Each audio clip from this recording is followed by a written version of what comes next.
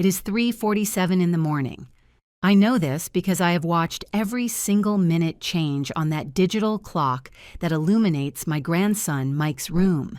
This is the third night in a row that I have not slept, and my 68 years weigh like stones on every eyelid I fight to keep open. Grandma, it hurts. His little broken voice splits my soul. I pass the damp cloth over his burning forehead while I hum that lullaby my mother used to sing to me when I was a little girl back in the old country. Mike is barely 3 years old, and his little brown eyes look at me with that absolute trust that only children can have. That trust that says, you are going to take care of me, you are going to heal me, you are never going to fail me, and I will not. Even though my back screams in pain from being hunched over his little bed, even though my knees protest every time I get up to change the cold water, even though my son Andrew sleeps peacefully in the room next door with his wife Trish because he has to wake up early for work and she needs to rest because stress makes her sick. Do you know what the most ironic thing is? This house, where they sleep so peacefully, where my grandson burns with fever, I paid for it. Well, not all of it. Just the down payment of $80,000 that I took from selling my shares in the textile company I built with my own hands over 30 years. It was an investment in the family. That is what I told myself when I signed those papers. Grandparents are there to help, I repeated to myself as I watched those numbers leave my bank account. Numbers that represented early mornings at the factory contracts negotiated with grit years of building something of my own, when being a businesswoman back then meant fighting twice as hard for half the recognition. Mike coughs, and the sound is wet. Worrying. I take his temperature again. 102.5. It went down a little, thank God. I allow myself to breathe. In these hours of the early morning when the world sleeps and only my sick grandson and I exist, I ask myself how I got here. Helen Montgomery. That is my full name. A widow for 5 years since Richard left with a sudden heart attack while reading the newspaper in his favorite armchair. Mother of 2 children, Andrew, my firstborn of 42 years, and Sophie, who has lived in Europe for a decade. Grandmother of 3 grandkids, but only Mike lives here in the city where I can see him, touch him, take care of him. Trish entered our lives 6 years ago.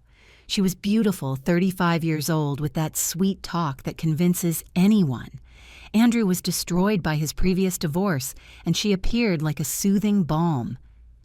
"She is the woman of my life, Mom," he told me with shining eyes, and I fooled that I was believed him.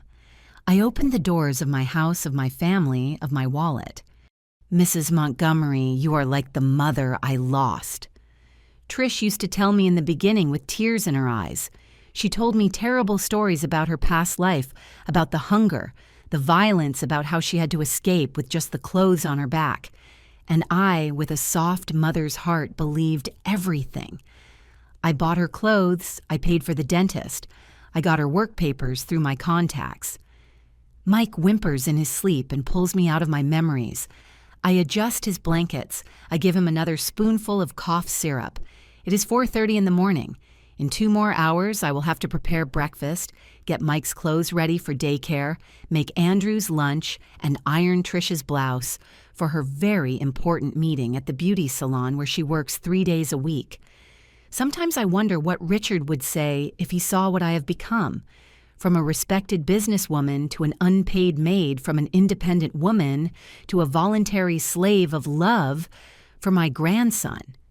Because that is the truth I do not dare say out loud. I endure all of this for Mike, for his little arms that surround my neck, for his laughter that fills my empty days, for that "I love you, Grandma," that he tells me every night before sleeping. The fever finally breaks when the sun begins to peek through the window. Mike sleeps peacefully, and I allow myself to close my eyes for a moment, sitting in that uncomfortable chair that already has the shape of my body. But I cannot sleep. My mind does not stop spinning, adding up accounts, wondering how long this can go on. Because there is something I have not told you yet, something I discovered a week ago and that has my stomach tied in knots. But I will tell you that later when I have the strength to relive it. For now, I am just a tired grandmother, watching over the sleep of a sick child while the rest of the world keeps turning without caring about our little drama. A drama that is about to become something much bigger, something that none of us saw coming. But as I said, that comes later. First, I have to tell you about that breakfast. That damn breakfast that changed everything. It was 7:30 in the morning when Trish came down the stairs. I had been awake since 3 with Mike, but there I was standing in front of the stove preparing the scrambled eggs exactly how she likes them, with a little salt. No onions, with a touch of cream. The fresh coffee perfumed the whole kitchen, and on the table the toast was warm, the orange juice was freshly squeezed, the fruit chopped into perfect little cubes. Trish looked impeccable. A navy blue dress that I had given her for her birthday heels that resonated against the marble floor like hammer blows, her straight hair falling perfectly over her shoulders. Meanwhile, I was still in the same clothes as yesterday, wrinkled with stains from Mike's cough syrup, my hair in a messy bun and dark circles under my eyes that looked like 2 black pits. "Good morning, Trish," I said to her, serving her plate. "Mike is doing better. The fever went down 2 hours ago." She did not even look up from her cell phone. She only murmured something that sounded like, "uh-huh," while she typed furiously. Andrew came down running, grabbed his coffee, gave me a kiss on the forehead, and shot out the door. "Thanks for taking care of Mike, Mom. I don't know what we would do without you." Without me. Ha. Without me, they would not have a house or a car or half the furniture. But I did not say that. I never said it. I swallowed the words like I swallowed my pride day after day. It was then that Mike appeared in the kitchen doorway, dragging his favorite little blanket with his hair all messy. "Grandma?" He ran toward me with open arms, and I picked him up even though my back protested. "How is my champion? Do you feel better?" "Yes, Grandma. Can you make me pancakes?" Before I could answer, Trish slammed her mug against the table. The sound made Mike and me jump. "Pancakes, seriously, Helen?" Her voice distilled poison. "Don't you see the boy is sick? He cannot eat that junk." "But Mom," Mike started. "No buts. Helen, we need to talk."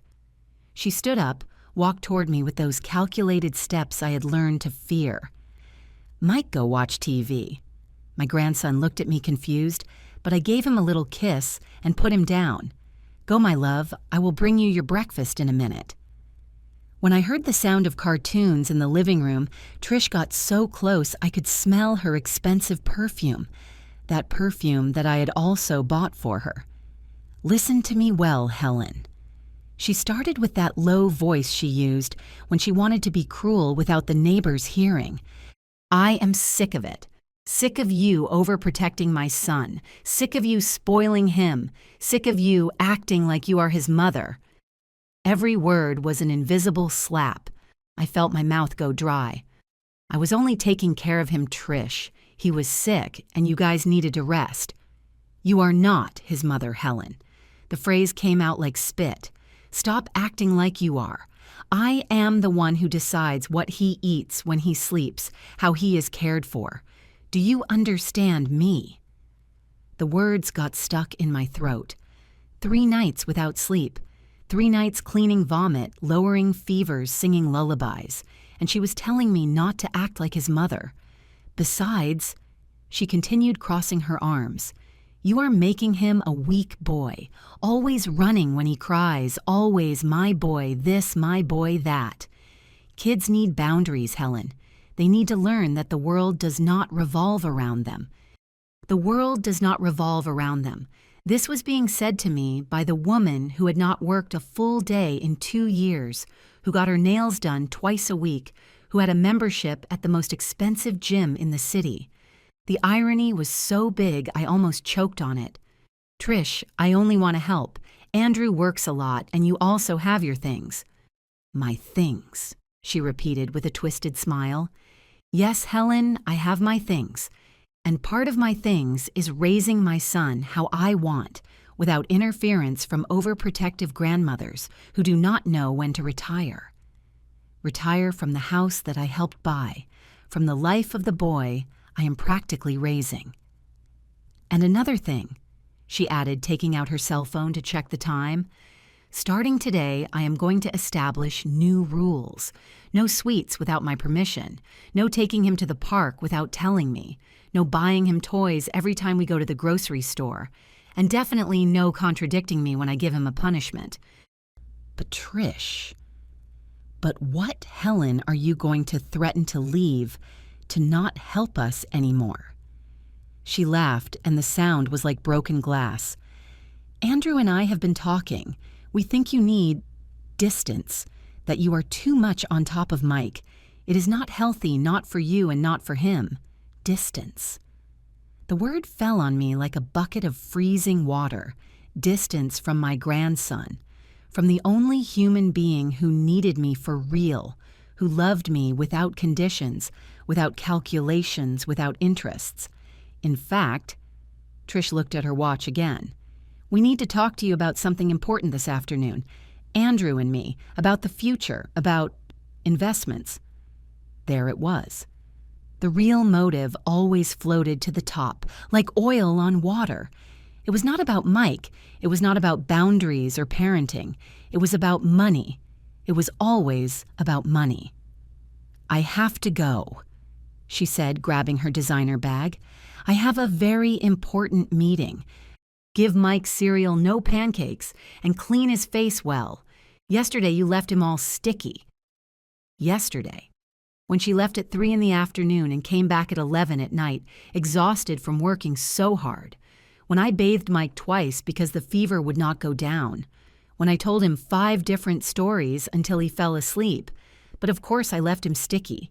The heel of her shoes resonated down the hallway.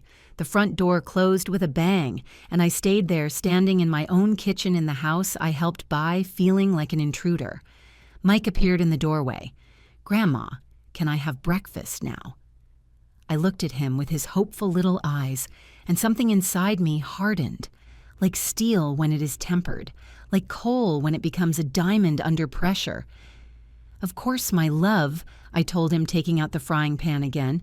I am going to make you the most delicious pancakes in the world. Because Trish was right about something. I was not his mother.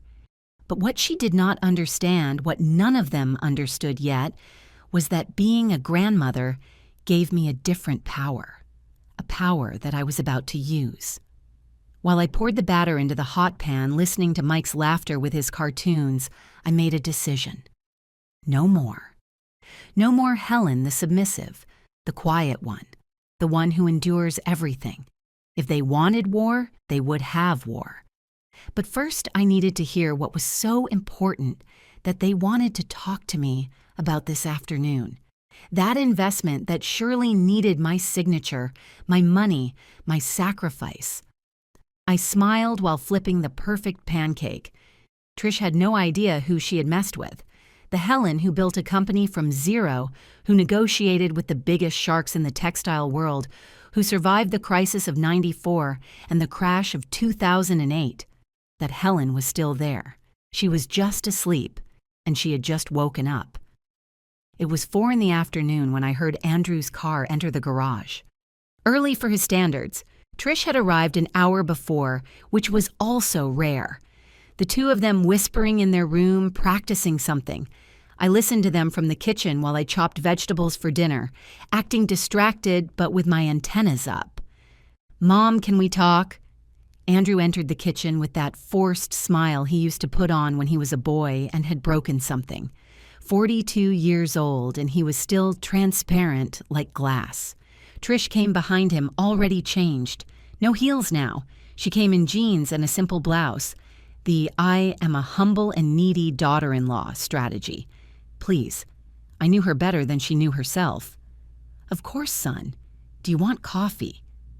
No, Mom. Better if you sit down. This is important.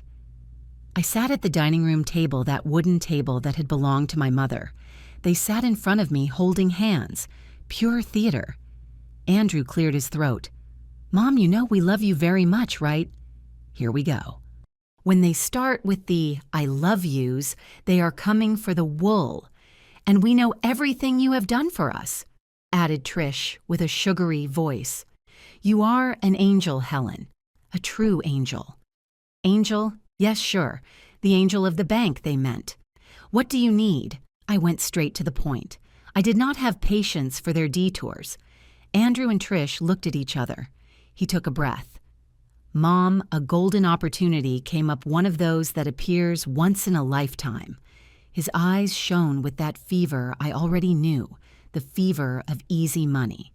"A friend of Trish's from back home is opening a chain of gourmet coffee shops. He already has 3 in Houston and wants to expand here. It is a safe business." "Helen," interrupted Trish, "Robert has years of experience. His coffee shops in Houston bill millions."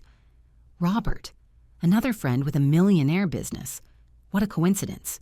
And I asked, although I already knew the answer.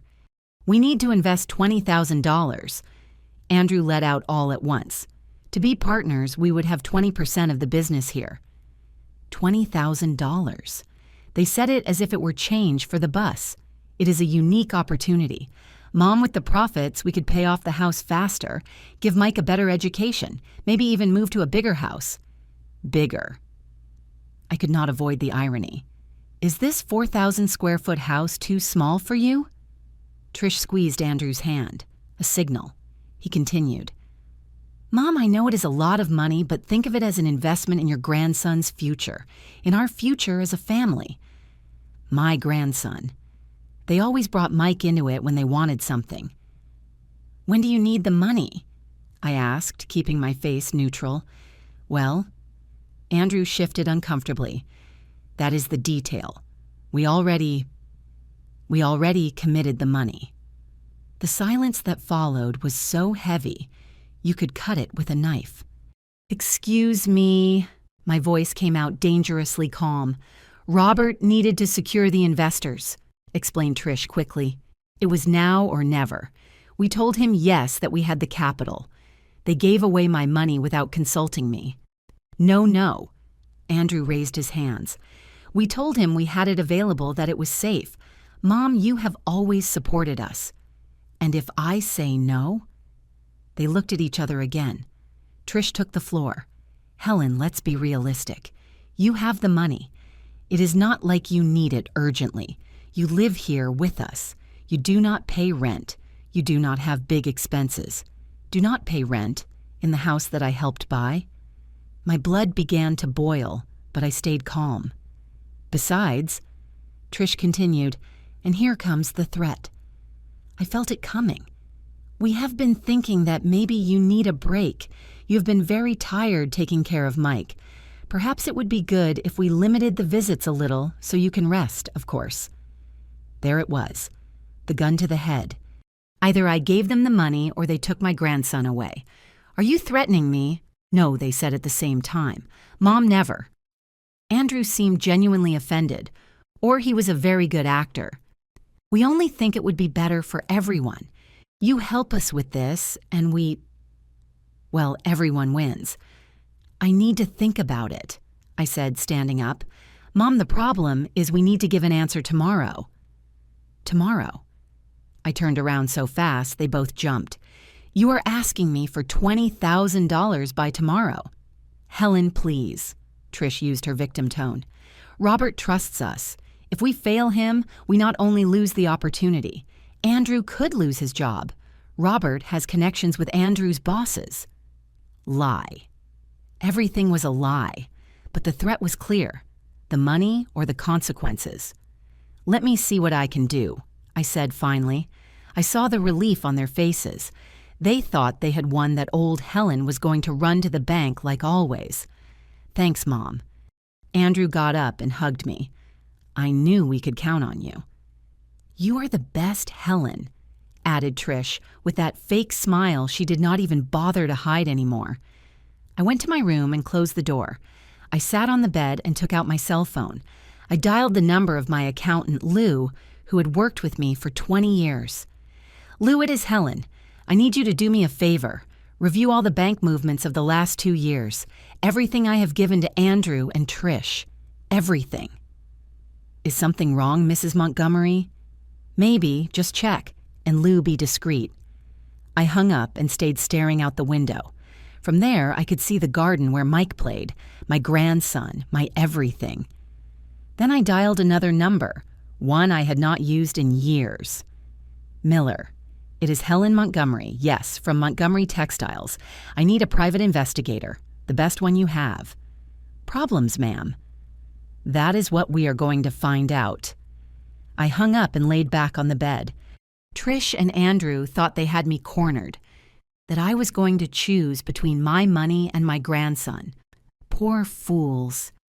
They did not know the Helen who had survived a philandering husband, who had built a business when women could not even have their own bank account, who had navigated the murky waters of the business world for 3 decades, that Helen did not negotiate with terrorists, not even if those terrorists were her own family. The next day, I would give them an answer. Yes, but not the one they expected. I heard Mike running down the hallway calling me, "Grandma, Grandma, come play with me." "I am coming, my love," I responded, drying a treacherous tear. Because this was not about me. It was about that innocent boy who was not to blame for having parents who used love as a currency of exchange. And for Mike, I was going to fight with everything I had. The war had begun. They simply did not know it yet. That night, while I served them dinner, as if nothing had happened, while Trish chattered about her very important investment and Andrew avoided looking me in the eyes, I was already moving my pieces, because in chess, as in life, the queen is the most powerful piece. And I was about to remind them why. More wine. I offered, serving the most expensive bottle I had saved. "Yes," they said in unison, thinking we were celebrating. Poor things if they knew it was their last toast before the storm. But they would discover that tomorrow when I gave them my answer when I started to uncover the sewer of lies in which they lived. For now, I smiled and toasted with them, to family, to opportunities, to the justice that comes when they least expect it. At 9 a.m. the next day, I was sitting in the office of Lou, my accountant. Andrew and Trish expected my answer at noon. They thought I was at the bank withdrawing their money. Delusional. Lou had that face doctors make when they have bad news. I knew that expression. I had seen it when they told me Richard had his cholesterol through the roof 6 months before his heart attack. "Helen, what I am going to show you. You are not going to like it." He started opening a manila folder that seemed to weigh tons. "Lou, after everything I have lived through, nothing surprises me anymore. Show me." He started to take out papers. Account statements, transfers, copies of checks. Each one was a stab wound.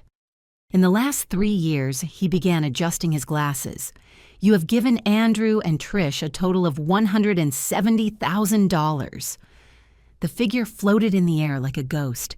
That includes the down payment on the house, $80,000, Andrew's new car, $40,000, Trish's SUV, $35,000. But Helen, here comes the interesting part. He took out another paper, a bank transfer with yellow highlighter. 6 months ago, you gave them $15,000 for a medical emergency for Mike. Supposedly, he needed a tonsil operation at the private hospital. Yes, I remember. Trish was hysterical. She said it was urgent. Helen. Lou looked at me over his glasses. I called the hospital. Mike was never operated on. He doesn't even have a file there. The floor moved under my feet, or at least it felt that way. What is there more? He took out another sheet. A year ago, $10,000 for a specialization course for Andrew in the States. Well, in another state. He never traveled. There are no flight records. Every word was like a hammer hitting my chest. My son, my own son, had been stealing from me. And Trish, I asked, although I was not sure I wanted to know. Trish is smarter. Lou took out his laptop. She doesn't leave as much of a paper trail, but my contact at the bank found something curious. He turned the screen toward me. It was an account statement in the name of Patricia Mendoza. Not Patricia Montgomery, just Patricia Mendoza. She has a separate account she opened 2 years ago. Look at the deposits. $2,000 here, $4,000 there, $1,500 every month, all in cash. Helen, do you give Trish cash? Yes, for the household expenses for Mike. I give her about $2,000 a month. And does Andrew know? I froze. No, Andrew did not know. I gave that money to Trish directly so she could manage the expenses better. She had convinced me that Andrew was terrible with money. There is something else. Lou closed the laptop carefully as if it were going to explode. I hired the investigator you asked for. Miller is the best. He found this. Another folder this time with photos. The first photo, Trish entering a luxury apartment building downtown. Second photo, Trish with keys in her hand. Third photo, a purchase contract. Apartment 1204, Platinum Towers. Value $200,000. Buyer Patricia Mendoza. Date 4 months ago. It cannot be. My voice came out as a whisper. From where? Helen. Lou took my hand.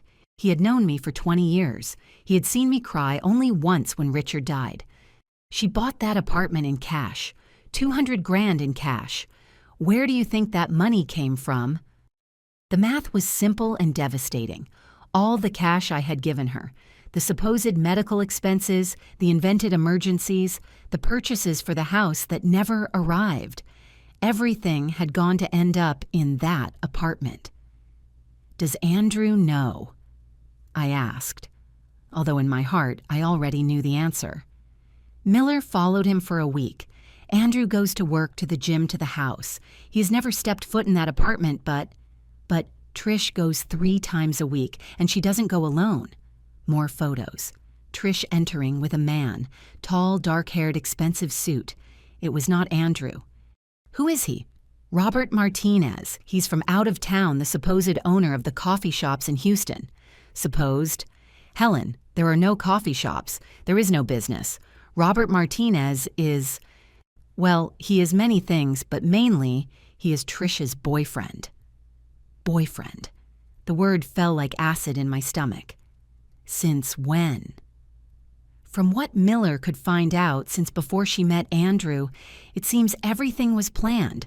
Trish and Robert have done this before in Florida and Texas. They specialize in families with money. She seduces, gets married, takes everything she can, and then they leave. I completed. Generally, when there is nothing left to take, or when the family starts to suspect. I stood up so fast the chair fell backward. Lou stood up scared. Helen, what are you going to do? What time is it? 11:30. 30 minutes before I had to give them my answer about the $20,000. Lou, I need copies of everything. Everything. And I need you to do something else. Whatever you need. Freeze all my assets. Everything. Not a single dollar moves without my physical presence and that of my lawyer. Helen, that is drastic. Lou, that woman, has my son eating out of her hand.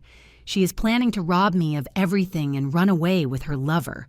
And the worst, my voice broke for the first time. The worst is that she is going to take my grandson. Lou nodded and started making calls. I took the folders and left his office. The midday sun hit me in the face, but it gave me clarity. In the car before starting the engine, I called Miller. Mrs. Montgomery. Miller, I need you to watch the apartment at Platinum Towers. If Trish or Robert go near it, call me immediately. Understood. Anything else? Yes, find out everything about Trish's legal status. Everything. Give me 2 days. I started the car and drove home. On the way, my mind was working 1,000 miles per hour. Trish had made a mistake, a huge mistake. She'd underestimated old Helen. She thought the love for my grandson had made me weak, manipulatable, stupid. When I got home, Andrew and Trish were in the living room. Trish had on her best loving daughter-in-law face. Andrew looked nervous playing with the car keys. Helen. Trish jumped up like a spring. How did it go? Were you able to... I sat in my favorite armchair, the one that had been Richard's. I put the folders on the coffee table, but without opening them. Not yet. I have a counter offer, I said calmly. I saw how Trish and Andrew exchanged looks. Counteroffer. Andrew sounded confused. Yes, I will give you the $20,000.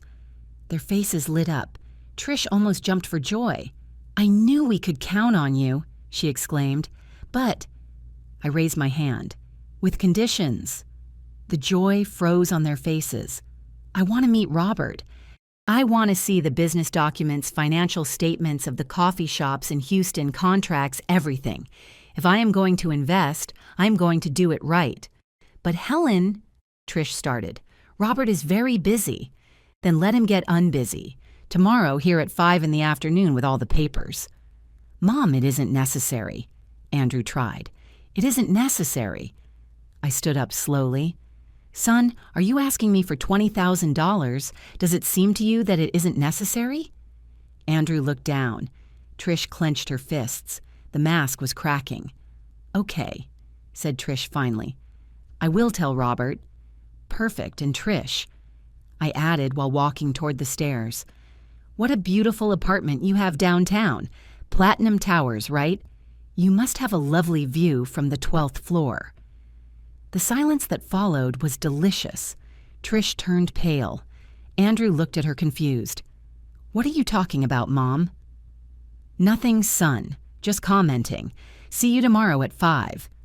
I went up the stairs slowly, feeling their eyes on my back.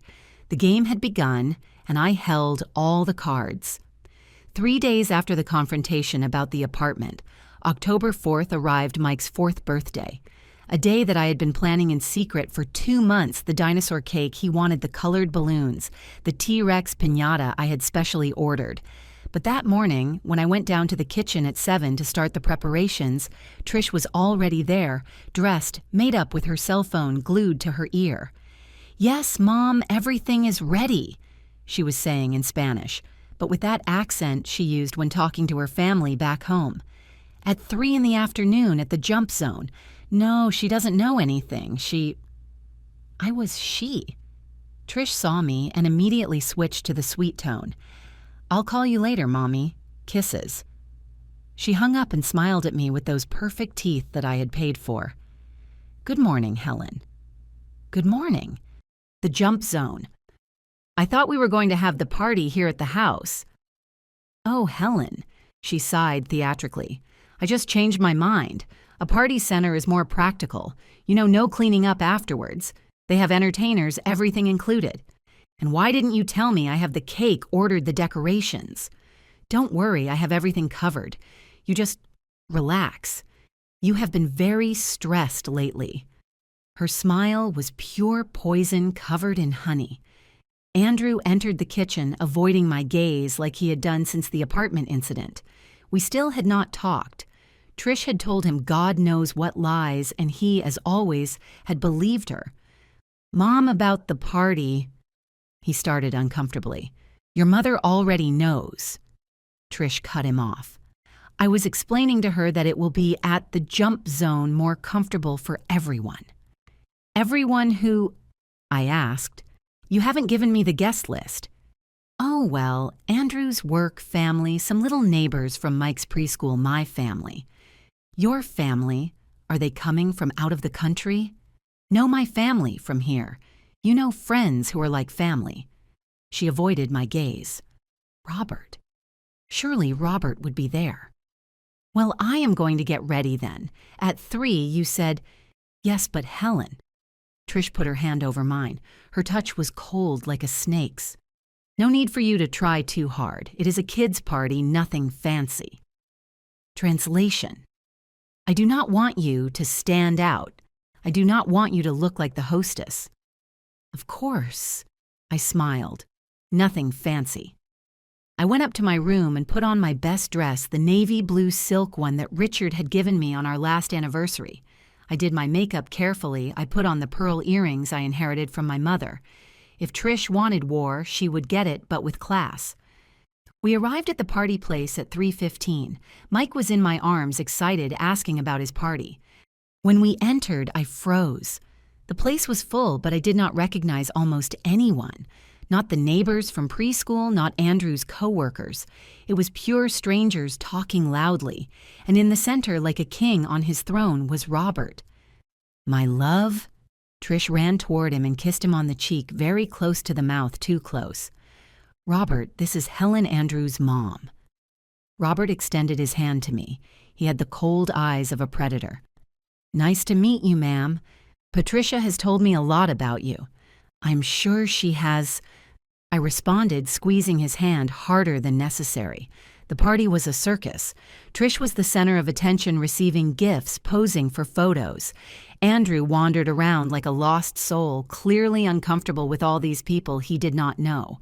And I was a ghost. No one talked to me. No one included me in the photos. Mike ran toward me after cutting the cake. "Grandma, why didn't you sing happy birthday with me?" "They didn't call me my love." "Mom said you were tired." I bit my tongue. I was not going to ruin my grandson's birthday. It was then that I heard Trish. She was in a corner talking on the phone. The noise was loud, but after so many years in noisy factories, I had learned to read lips. Besides, she gestured a lot when she spoke excitedly. "Yes, Mommy, almost there," she was saying. "A few more months. The old lady has more money than we thought. No, the idiot doesn't suspect anything. Yes, Robert already has the tickets. Miami first, then..." She turned and saw me looking at her. I smiled at her and raised my soda cup as a toast. She turned pale, hung up quickly, and came toward me. "Enjoying the party, Helen?" Very much. Very revealing. Revealing? Yes, one learns a lot by observing. For example, one learns who the true friends are, who is real family, and who are... I paused calculatedly. "Passengers." Her eyes narrowed. "I don't know what you are talking about." "Of course you do, Trish. We both know exactly what I am talking about." Before she could answer, Robert appeared. "My love come, they want to take photos." My love, at Andrew's son's birthday party. The shamelessness had no limits. I walked away toward where Mike was playing with other kids. At least he was happy. For him, I endured. For him, I tolerated. I took out my cell phone discreetly and sent a message to Miller. "They are at the jump zone. Robert and Trish together. Take all the photos you can."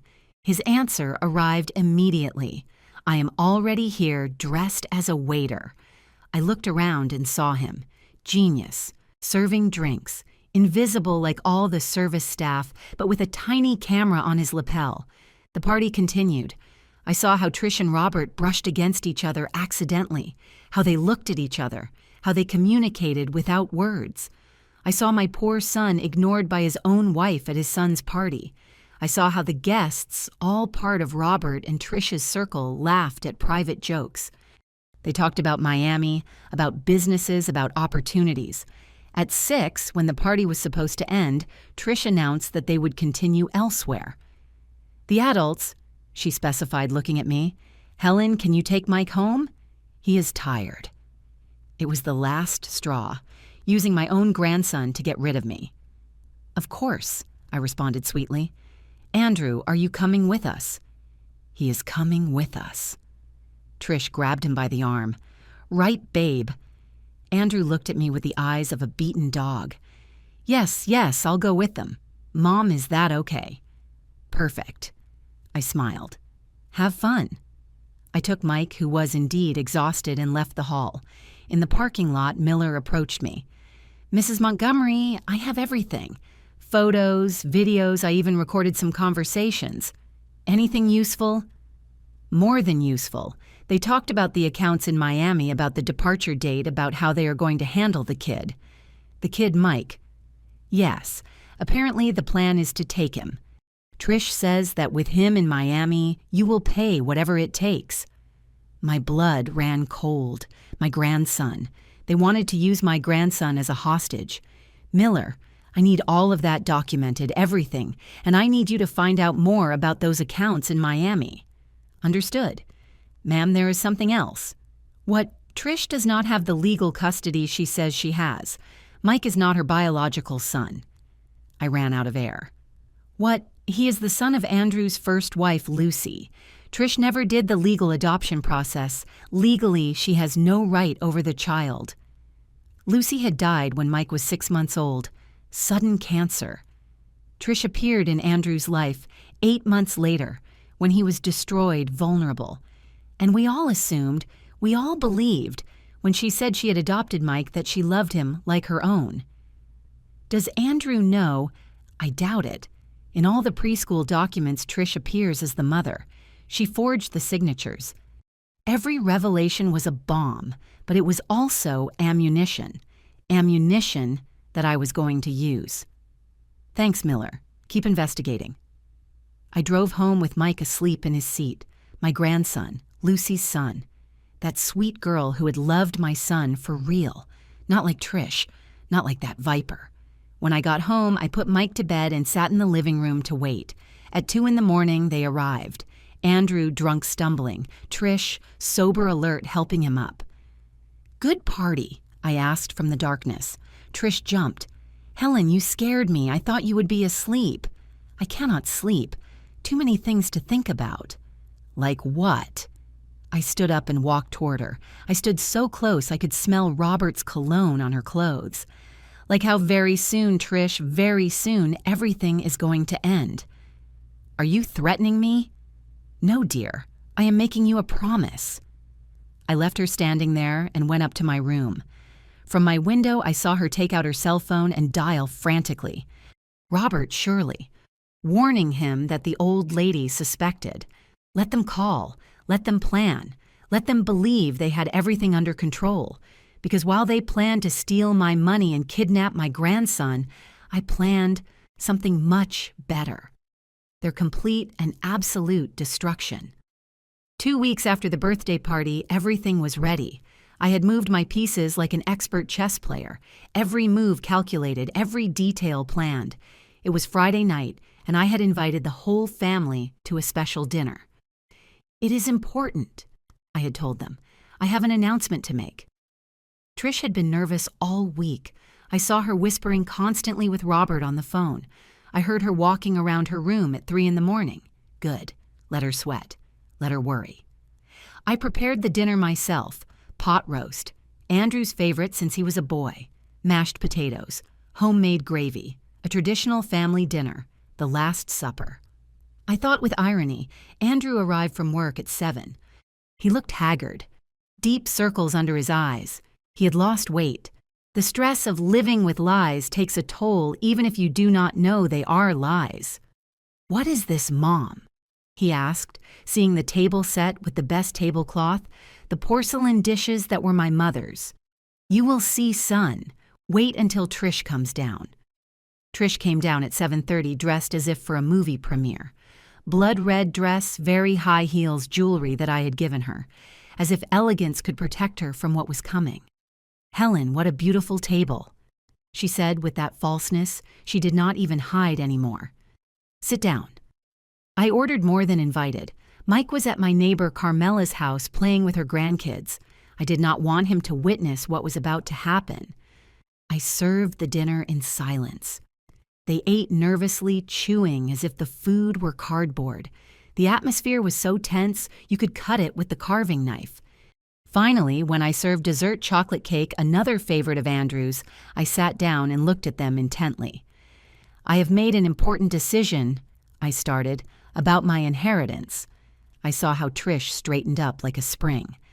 Andrew dropped his spoon. "As you know, I am 78 years old." 68. Andrew corrected me automatically. 68, yes, a slip of the tongue. I smiled. "The point is that I am not young anymore, and after much thinking, I have decided to redo my will." Trish grabbed Andrew's hand under the table. She grabbed it hard. "I have sold my last shares in Montgomery Textiles," I continued. $5 million. I also sold the land upstate another $3 million, and I liquidated my stock investments. In total, I have approximately $12 million in liquid assets. I could see the dollar signs shining in Trish's eyes. I could almost hear the calculator in her head. "Mom," Andrew started.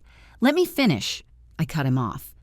"I have created a trust fund for Michael. Irrevocable. $500,000 that he will be able to access when he turns 25 years old. Not before. 25 years old." Patricia almost screamed. But that is in 21 more years. I know how to count, Patricia. Thank you. And the rest? She asked, unable to contain herself. The rest.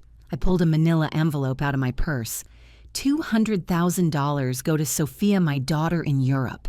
$100,000 for each of my other 2 grandchildren, Sophia's children, and the remaining $200,000. I made a dramatic pause.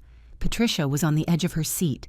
They go to the United Hands Foundation, which helps orphaned children. The silence was deadly. Patricia was pale as a sheet of paper. Andrew looked like he had been hit by a freight train. "And us?" Patricia finally asked with a strangled voice.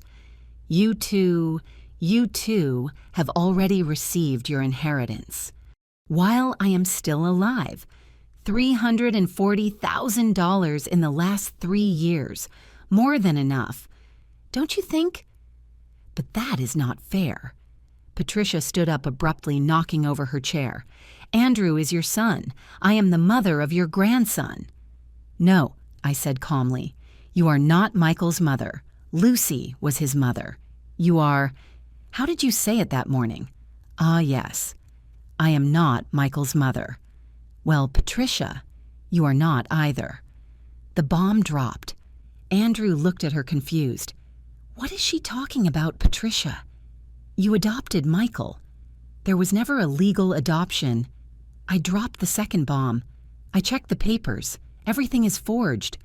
Patricia has no legal right over Michael. That is a lie, Patricia screamed. I took out another envelope. Here are the documents from the civil registry, the real ones, not the ones you faked for the preschool. Andrew took the papers with trembling hands. He read them. His face went from confusion to horror. Patricia, is this true? Andrew, my love, I can explain. There is more, I interrupted. Do you want to tell him about the apartment in the city, or should I? Patricia looked at me with pure hatred. If looks could kill, I would be dead. Or better yet, I continued taking out my cell phone. Let's tell him about Robert, your partner in the coffee shops, who coincidentally has also been your boyfriend for 3 years, since before you met Andrew. I put the cell phone on the table and pressed play on a recording. Patricia's voice filled the dining room. No, my love, just a few more months. The old hag has more than we think. When we have everything, we will go to Miami with the boy. That idiot Andrew is not even going to find out until it is too late. Andrew stood up so violently that he knocked over the table. The red wine spilled over the white tablecloth like blood. Is it true? His voice was a roar. Is all of this true? Patricia stepped back. For the first time in years, I saw her with real fear. Andrew, listen to me. Answer me. Is it true? It is not what it looks like. Andrew grabbed his cell phone and dialed. Robert, this is Andrew speaking. I know everything, you son of a bitch. I know about you and my wife. If I see you near my family, I will kill you. Do you understand? I will kill you. He hung up and turned toward Patricia. You have 1 hour to get the hell out of my house. It is my house, too. I have rights. No, I intervened. The house is in Andrew's name, only in Andrew's name. I made sure of that when I gave the down payment, and since you never got legally married in this state, yes, I investigated that too. You have absolutely no rights. Patricia looked at me with so much hate that I stepped back involuntarily. Then she looked at Andrew. This does not stay like this. I am going to fight. For Michael. For the house. For everything. Try it, I said, taking out the last envelope. But first look at this. It is an immigration investigation order. Your temporary residency visa expired 6 months ago. You are undocumented in this country. 1 report to immigration, and they deport you in 72 hours. Checkmate. Patricia knew it. I saw it in her eyes. She had lost. She left that same night. She took 2 suitcases and got out. Andrew locked himself in his room to cry like I had not seen him cry since he was a child, and I sat in the living room among the remains of the destroyed dinner, feeling a mixture of triumph and sadness. I had won. But victories in a family war never feel like victories. They feel like surviving, like breathing after almost drowning. At 11 at night, Carmen brought Michael back asleep in her arms, unaware that his world had just changed completely. "Is everything okay, Helen?" Carmen asked me, seeing the disaster in the dining room. "Everything is okay," I answered, taking my grandson. For the first time in a long time, everything is okay. I took Michael up to his room. I tucked him in, gave him a kiss on the forehead. At the door, I turned to look at him. "Your grandmother is not your mother," I whispered in the dark. "But I swear to you, my boy, that no one is going to hurt you again as long as I live." I closed the door softly. In the hallway, I could hear Andrew crying. Tomorrow we would talk. Tomorrow we would start to heal. Tomorrow we would start over. But tonight was mine. The night of victory for an old woman who refused to be a victim. The night that Helen Montgomery regained her dignity, her family, and her peace. And it was just beginning. Because Patricia might have left, but Robert was still out there. And I had plans for him too. But that, my dears, that is a story for another day. For now, just know this. Never ever underestimate a grandmother with resources, contacts, and nothing to lose. Because we are more dangerous than any mobster. And Patricia was about to learn that the hard way. 1 month had passed since Patricia disappeared from our lives. Andrew was devastated but functioning. He would get up, go to work, play with Michael, but he was like a zombie. The guilt was eating him alive. Guilt for having been so blind, for having treated me poorly, for having allowed Patricia to humiliate me. "Mom, forgive me," he would say to me every morning during breakfast. "I already forgave you, son. Eat your eggs." But I had a plan, a last act in this play. Because Robert was still out there. And through my contacts, I knew that Patricia was living with him in his apartment downtown. I also knew that they were desperate. Without my money, without Andrew's money, their house of cards was collapsing. It was Tuesday morning when I put my plan in motion. Andrew was at work, Michael at preschool. I called my doctor of a lifetime, Dr. Miller. "I need a favor, Charles," I told him. "A big favor." "Whatever you need, Helen. I owe you more than one." It was true. I had paid for his daughter's college tuition when he went through financial problems 15 years ago. "I need you to give me a diagnosis, one that sounds serious but is not. And I need papers, studies, the whole show." "Helen, that is." "It is necessary, Charles. I swear to you it is for a good cause." He sighed. "What do you have in mind?" "Chronic fatigue syndrome complicated with early signs of vascular dementia. Serious enough to worry, not serious enough to hospitalize." "You are diabolical. I am a grandmother protecting her family. Will you help me or not?" "You know I will. Stop by tomorrow for the papers." That night during dinner, I dropped the first bomb. "Andrew, Michael, I have to tell you something." Andrew looked up from his plate. He had been pushing the food around without really eating. "What is wrong, Mom?" "I have been feeling bad lately. Dizziness, forgetfulness. I went to the doctor." He dropped his fork. "What? Why didn't you tell me?" "I didn't want to worry you. You already have enough." I took out the medical papers, perfectly forged. "It is chronic fatigue syndrome, and there are signs of early vascular dementia." Andrew took the papers with trembling hands. He read them. His face turned white. "No, Mom, no. This cannot be happening." "It is what it is, son." I put on my best face of resignation.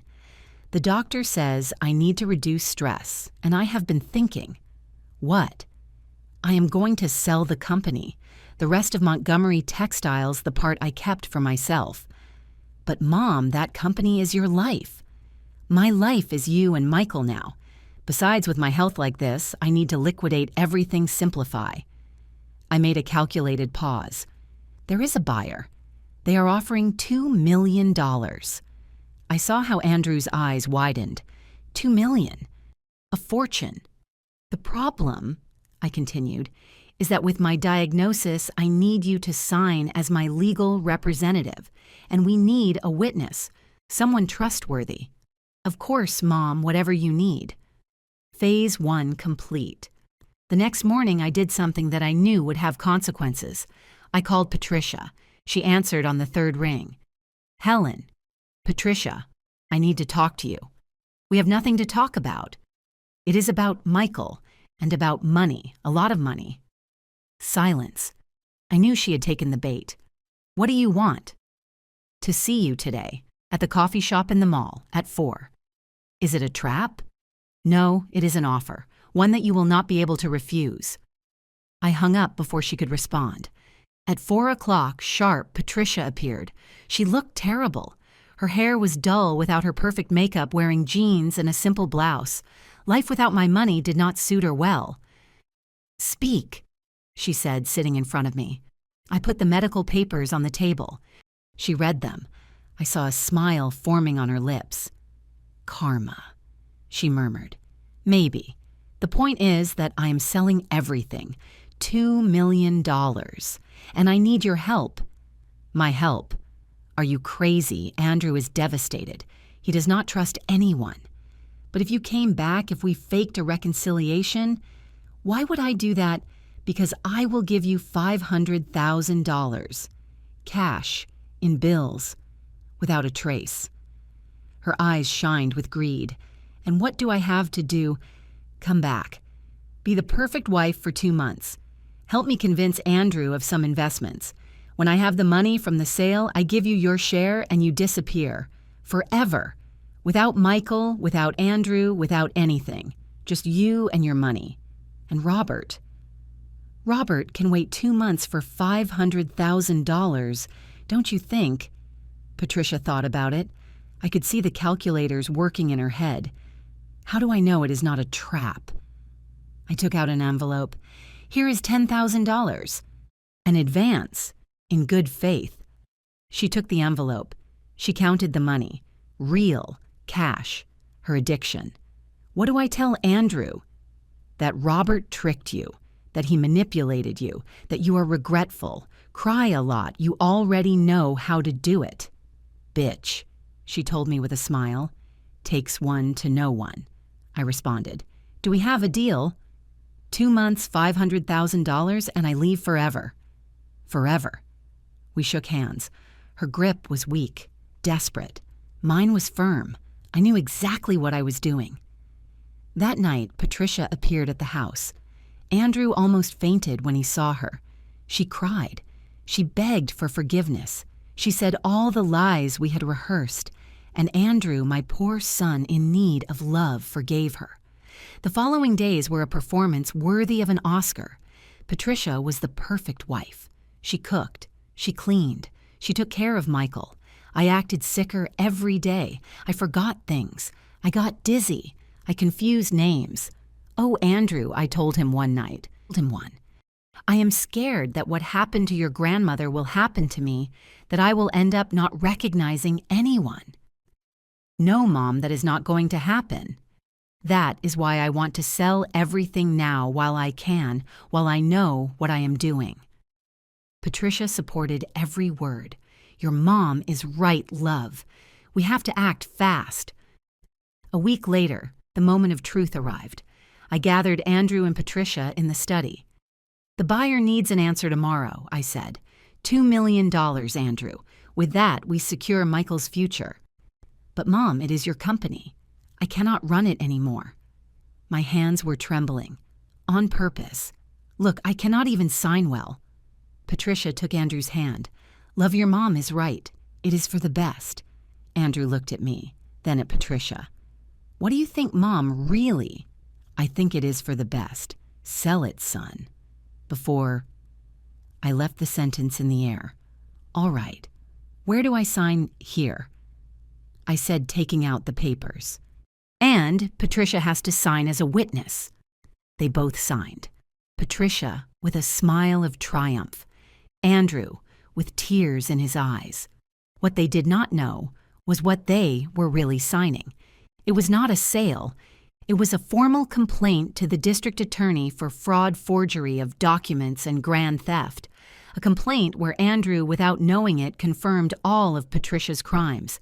And Patricia the idiot had just confessed her participation. Perfect, I said, putting away the papers. Now, only one thing is missing. What thing? Patricia asked. This, I said, taking out my cell phone. I dialed a number. Mr. Garrison. Yes, I have the signatures. You may proceed. What is happening? Patricia stood up abruptly. What is happening, dear, is that you just signed your sentence. Those papers are not for a sale. They are a complete confession of all your crimes. Fraud, forgery, aggravated theft. You tricked me. How observant. Yes, I tricked you. Just like you tricked me for 3 years. Patricia tried to run toward the door. It opened before she arrived. 2 federal agents entered. Patricia Mendoza, you are under arrest for fraud, document forgery, and aggravated theft. Andrew, Patricia screamed while they put the handcuffs on her. Andrew, help me. Andrew was in shock. He looked at me, then at Patricia, then at me again. Mom, what? The illness is a lie, son. It was all a theater to catch her. She and Robert have arrest warrants. They have scammed 3 other families in other states. The police took Patricia away. Her screams could be heard until the car got lost in the distance. Andrew let himself fall onto the couch. I don't understand anything. I sat next to him. Son Patricia was never coming back. Robert and she planned to take everything from us and flee the country. We intercepted their communications. They had tickets to the Cayman Islands for 2 weeks from now. And your illness, I am perfect. Never been better, actually. And the $2 million, there are no $2 million. I sold the company a year ago before the problems started. The money is safe in a trust for Michael. Everything is safe. Andrew looked at me with a mixture of admiration and terror. Mom, are you diabolical? Maybe, but I am your mother, and no one hurts my family. He broke down crying. I hugged him like when he was a child. It is over, son. It is all over. But it was not over. Robert was missing, and for him, I had something special prepared. 2 weeks after Patricia's arrest, everything was ready for the final act. Robert had disappeared like a rat when the ship sinks, but my contacts had located him. He was hiding in a cheap motel on the outskirts of the city, waiting to be able to cross the border. But I was not going to let him leave like that. Not without paying. It was Thursday, 10 in the morning. I had summoned Andrew to a meeting at Mr. Garrison's office, my lawyer, for 25 years. Andrew arrived on time, looking better than he had in months. Patricia's arrest, although painful, had lifted a weight off his shoulders. What is this meeting? For Mom. You will see. Trust me. Mr. Garrison's office was imposing. 18th floor of the most exclusive building in the city. Floor-to-ceiling windows with a view of the entire skyline. Black leather furniture. Abstract art on the walls. Power and money in every detail. Helen Andrew. Garrison received us with his shark smile. Come in, please. We entered the conference room. My heart almost stopped from satisfaction. There, handcuffed between 2 federal agents, was Robert. He looked terrible. Days of stubble, wrinkled clothes, the eyes of someone who knows they lost. You. Andrew lunged at him, but I stopped him. No, son, it is not worth dirtying your hands. Mrs. Montgomery. Robert spoke for the first time. His voice no longer had that arrogance of a soap opera heartthrob. I don't know why. Silence. Garrison cut him off. Speak when you are asked. Garrison opened a folder the thickness of a phone book. Mr. Robert Martinez, Venezuelan citizen and legal in the country for 3 years. Let's list the charges. Shall we? Robert paled even more if that was possible. First fraud for $460,000 against 3 families in different states. He took out photographs. The previous families. An older lady crying a middle-aged man with a face of defeat. Second document forgery.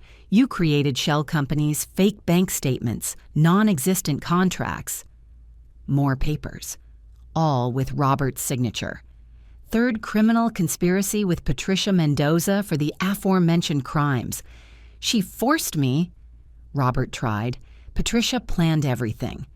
I laughed. I couldn't help it. The laugh came out dry, bitter. Patricia forced you. Please, I have recordings, Robert. Do you want us to listen to them? Garrison took out a recorder. Robert's voice filled the room. Patricia, my love, the old hag has already fallen. A few more months and we will have enough to leave. You keep working that idiot's son. I will take care of preparing everything in Miami. Andrew clenched his fists until his knuckles turned white. But here comes the interesting part. Garrison continued. Mrs. Montgomery, do you want to proceed? Yes. I stood up. I stood in front of Robert. You see, Robert, you made a mistake, a huge mistake. You thought I was a dumb old lady with money, but I investigated. I investigated everything about you. I took out my own folder. Robert Martinez, born in Caracas 41 years ago. Married. Robert jumped. I am not married. To Maria Elena Sanchez. 3 children, all in Caracas, whom you have not seen in 4 years, to whom you send no money. I put the photos on the table. A thin woman with dark circles under her eyes, with 3 small children. Your wife works cleaning houses to support your children while you play Casanova with married women. That proves nothing. No, and this. I took out another document. Arrest warrant in Venezuela for family abandonment and domestic violence. You are a fugitive, Robert. That is why you cannot go back. The silence was absolute. But wait, there is more. I continued savoring every word. In Houston, there are no coffee shops, but there is a complaint for fraud. $500,000 that you stole from a Cuban widow. The FBI is looking for you. Robert sank into the chair. So, dear Robert, you have 3 options. 1, we deport you to Venezuela where they are waiting for you for domestic violence. 2, we extradite you to other states where the FBI wants to chat.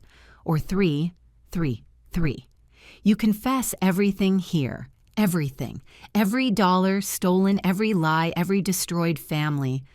You sign the confession, accept the charges, and serve your sentence here. Minimum 15 years, maximum 25.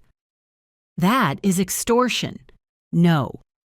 Garrison intervened. It is justice, and it is more than you deserve. Robert looked around. The agents, Andrew, with a face of wanting to kill him, Garrison with his shark smile, and me, especially me. If I confess, does Patricia fall too? Patricia has already fallen, but your confession ensures she does not get out in 10 years minimum. He thought about it. He didn't really have a choice. I want a lawyer. You have one, a public defender. He is outside, but I warn you, he is not very good. I made sure of that. Garrison took out more documents. While you decide, let me show you something else. We recovered all the money, everything. The apartment downtown is seized, the bank accounts frozen, the cars confiscated. That money is mine. No, I said firmly.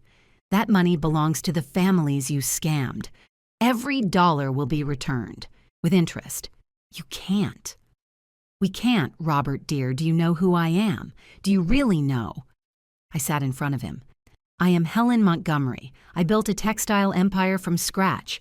I have contacts at every level of government, from municipal to federal. I played golf with 3 governors.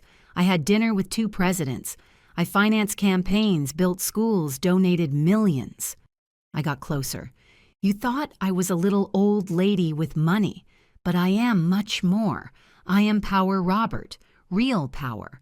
The kind of power that can make you disappear in a maximum security prison or have you deported on the next flight. Robert was sweating.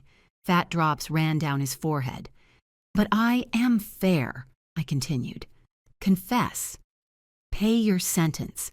And maybe, just maybe, in 15 years, you can see the sunlight again as a free man. And if you don't confess, I stood up, walked toward the window. Let's say I have friends in Venezuela too. Friends who do not like men who abandon their children and beat their wives. The message was clear. Robert understood it. I want guarantees. The only guarantees you will have is that you will serve your sentence alive. It is more than you deserve.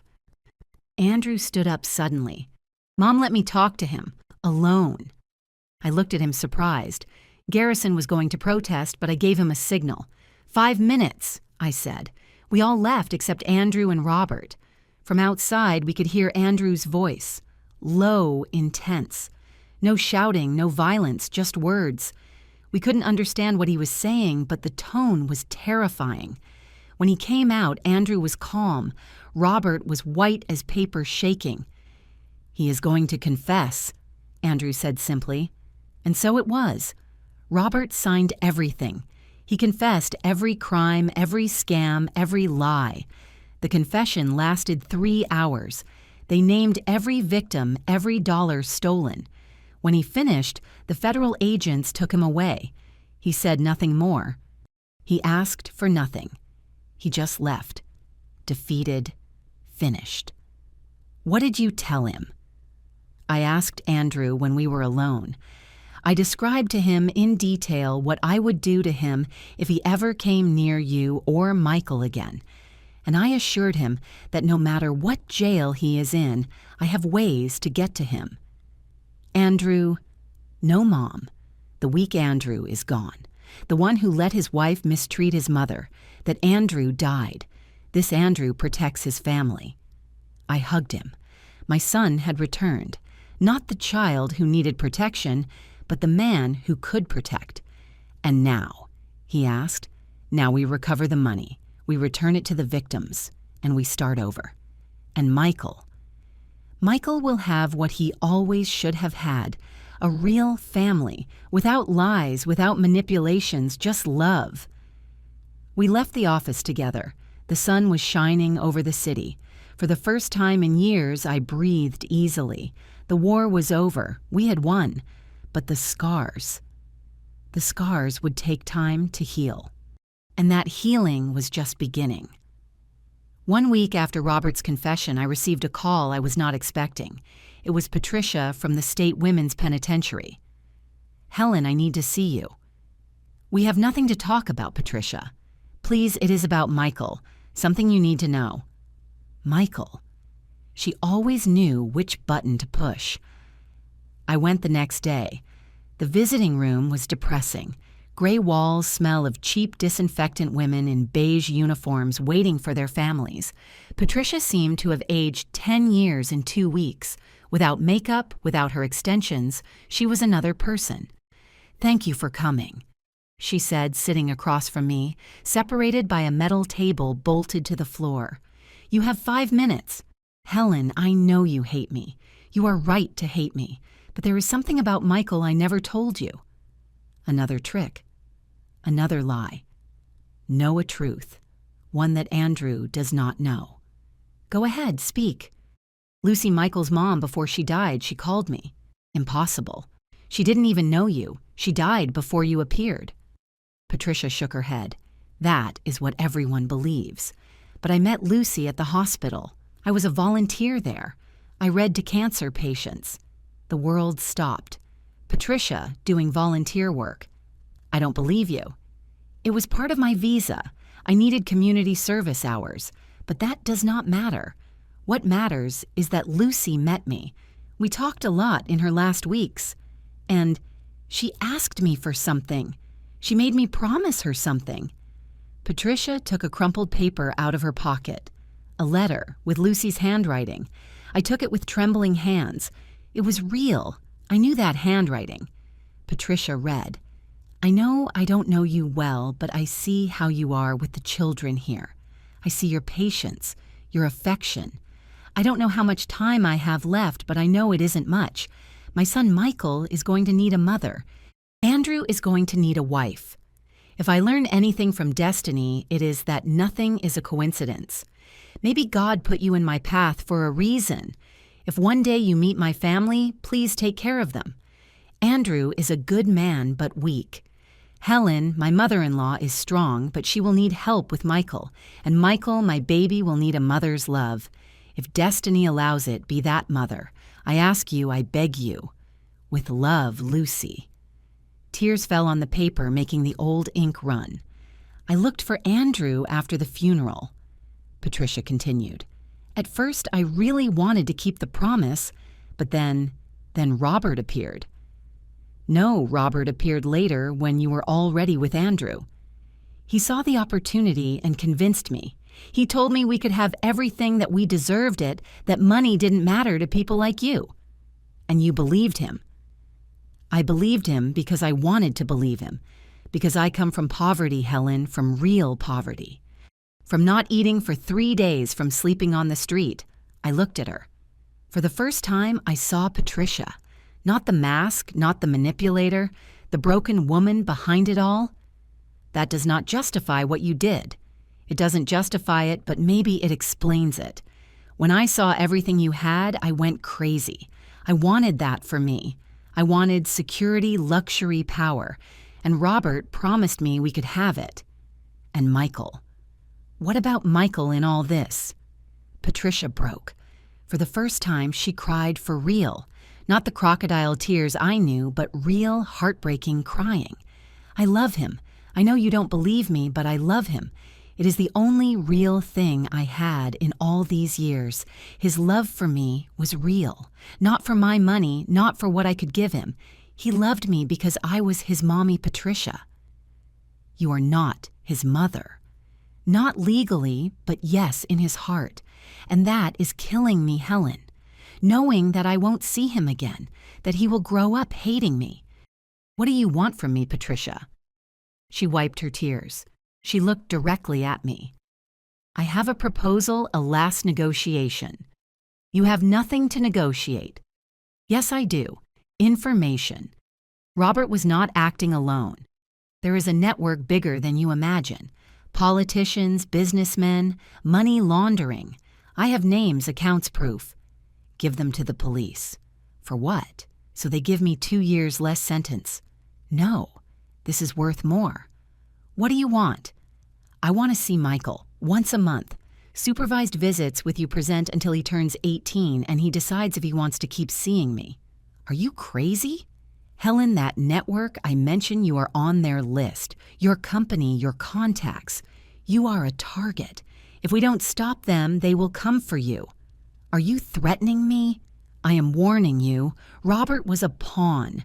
The real players are still out there. And now that Robert fell, they need to recover losses. Who do you think is the next target?" I stood up. "If this is true, talk to the authorities." "I am talking to you, mother to mother, or whatever I was to Michael. And if I refuse, then I keep quiet. I serve my sentence. And one day, Helen, one day when you least expect it, they will come. And they won't be as amateur as Robert and me. They will be professionals. And you will lose everything, including Michael." It was an impossible dilemma letting this viper see my grandson or risking our safety. "Give me the names now as a show of good faith." Patricia thought about it. Architect Jenkins Builder, Councilman Perry from the state government, Dr. Ramsey laundering through private clinics. "Do you want more?" I knew those names. All of them had tried to do business with me. "I need to think about it." "You have 48 hours. Then I talk to my lawyer and negotiate only sentence reduction." I left the jail with my head spinning. In the car, I called Garrison. "I need you to investigate these people." I gave him the names. "Where did you get this?" "Patricia. You cannot trust her." "I know that is why I need you to investigate quietly." That night, I could not sleep. Michael slept with me, hugging me, dreaming peacefully while I contemplated the most difficult dilemma of my life. The next morning, Garrison called. "Helen, it is true. Everything. There is a federal investigation in progress. Those names are on the list. How did Patricia know?" "Robert was part of the network. Patricia knows everything. If she cooperates, she could dismantle a huge criminal organization.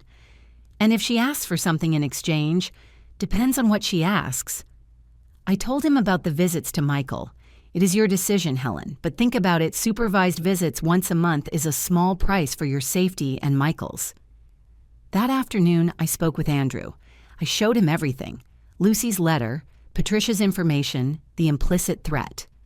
"No, Mom," he said immediately. "That woman never gets near Michael again. And if she is telling the truth, and if they come for us, let them come. We will face them. Andrew, this is not a movie. These people are dangerous. And Patricia isn't. Patricia is finished. In jail, watched, controlled. A known demon is better than an unknown one. Are you considering her proposal? I am considering our safety." Andrew stood up, walked toward the window.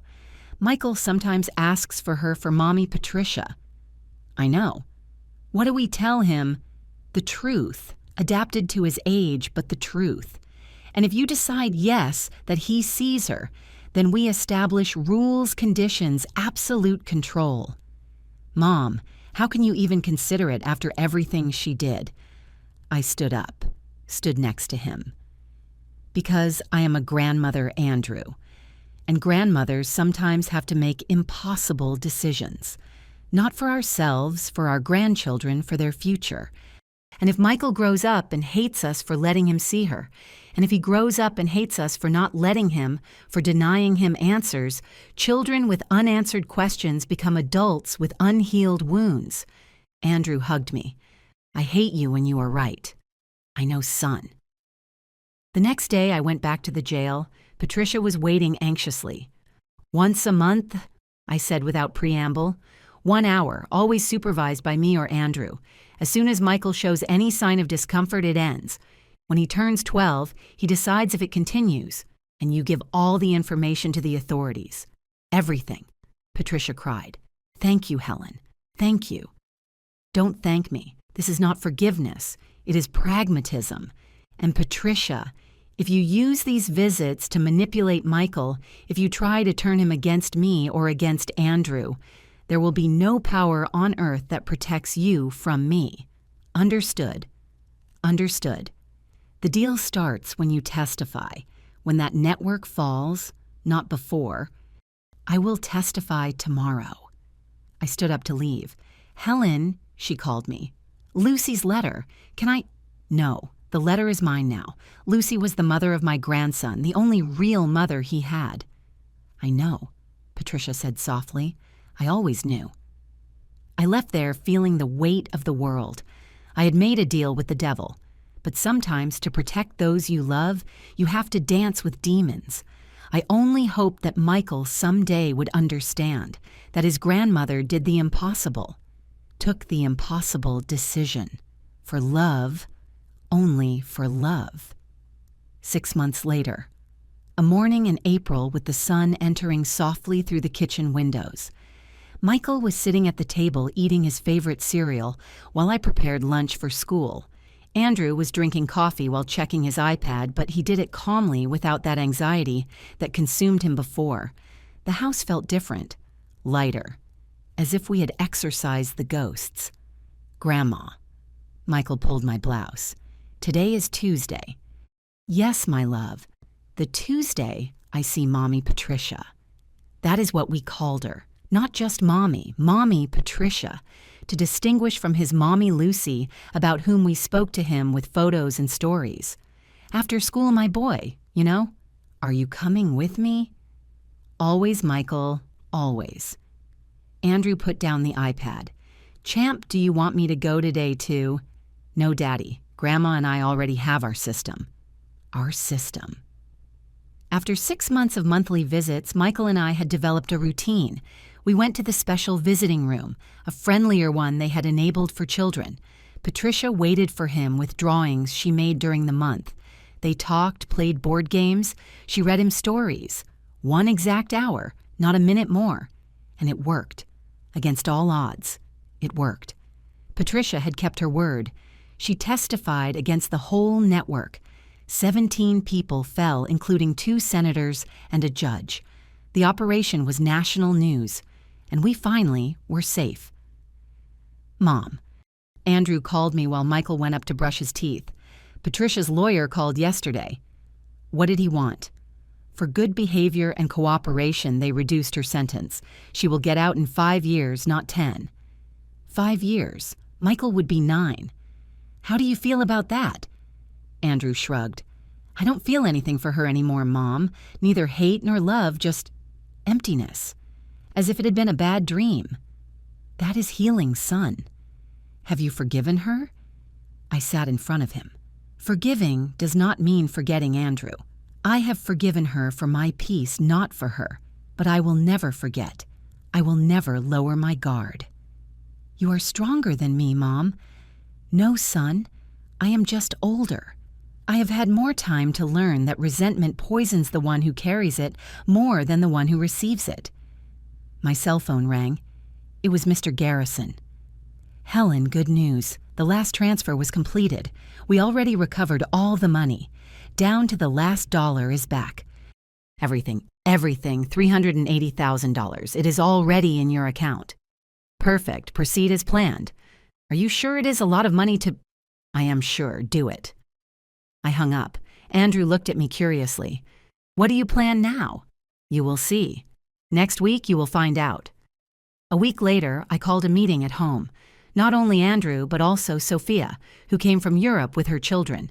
My 2 children, my 3 grandchildren all together for the first time in years. I have an announcement. I started when everyone was sitting in the living room. Oh, no, Mom, Sophia joked. The last time you said that, it ended with Patricia in jail. This time is different. Better. I took out the documents. I have created the Lucy Henderson Foundation. Andrew lost his breath. The name of his first wife. What? A foundation for single mothers with cancer, so they have treatment support care for their children while they are in the hospital. Mom, Andrew could not speak. It is funded with $380,000, all the money that Patricia and Robert stole. Everything. Every dollar will now go to help mothers like Lucy. Sophia took my hand. Mom, that is beautiful. There is more. Andrew, you will be the president of the foundation. It is your decision how to run it, who to help. It is your way of honoring Lucy. Andrew broke down. My son, my strong son, cried like I had not seen him cry since Lucy's funeral. And Michael. I continued looking at my grandson playing with his cousins. When he is old enough, we will tell him that his mommy Lucy continues helping other moms even from heaven. How do you do this, Mom? Sophia asked. How do you turn so much pain into something beautiful? Because that is what we grandmothers do, dear. We take the pain and turn it into strength. We take the betrayal and turn it into wisdom. We take the fear and turn it into courage. That afternoon, while everyone ate and laughed in the garden, I sat in my husband's rocking chair, the one I had wanted to throw away so many times, but never could. I did it, old man, I whispered to the wind. I protected our family, not like you would have wanted with shouting and banging on the table. I did it my way with patience, intelligence, and love, above all love. Michael ran toward me. Grandma, come play. I am coming, my love. But before getting up, I looked around one more time. My house, my family, my rebuilt life. Patricia was right about something. I was not Michael's mother. I was something more powerful, more eternal, fiercer. I was his grandmother. And as long as I lived, as long as this old heart kept beating, no one would hurt my family again. Grandma, Michael insisted, pulling my hand. Let's go, champ. I stood up, feeling the aches in my knees, but youth in my soul. While I walked toward my family, toward the laughter, toward the sunlight that bathed the garden, I thought about the whole path traveled. From those sleepless nights, taking care of a sick Michael, passing through the betrayal, the pain, the fight, until arriving here, to this moment, to this peace. It was not the happy ending of fairy tales. Real life does not have happy endings. It only has moments. Moments of peace between the storms. Moments of love between the battles. Moments of light between the shadows. And this moment with my family reunited with my grandson, laughing with the sun, warming my face. This moment was perfect. Grandma? Michael looked at me with those eyes that were identical to Lucy's. I love you. And I love you, my boy, more than words can say, to infinity and back. Andrew approached, hugged me by the shoulders. Thank you, Mom, for everything. There is nothing to thank, son. This is what we do. This is what we are. Family. And there in that garden where Patricia had once conspired, where Robert had planned his scam, where so many lies had been told right there, something new was blooming. Hope. Because in the end, after everything, that is what we grandmothers are. We are hope with wrinkles. We are love with gray hair. We are war when necessary and peace when possible. We are the last bastion between our grandchildren and the cruel world. And I, Helen Montgomery Salinas, widow, mother, grandmother, warrior, I had won my war. Not with violence, not with revenge, with love, with intelligence, with the strength that only a determined grandmother can have. And while Michael ran in the garden, while Andrew smiled for the first time in months, while Sophia and her children filled the house with life, I knew that it had all been worth it. Every tear, every sleepless night, every battle, everything. Because this imperfect but real family, this peace earned with blood and sweat, this love tested in fire, this was my victory. And no one ever could take it away from me. The end. But life, my dear's life goes on. And we grandmothers are still here, watching, protecting, loving, always loving. Because that is our secret power. It is not the money, it is not the contacts, it is not the intelligence, it is the love. A love so fierce that it can move mountains, take down enemies, and rebuild worlds. A grandmother's love, the most powerful love that exists. Now I want to invite you to be part of this community. If this story touched your heart, tell me in the comments. I would also protect my family with all my strength. I would love to read your comments because every word you share strengthens this space for brave men and women. And do not forget to subscribe to the channel and hit the bell icon so you do not miss the next stories full of truth, dignity, and silent justice.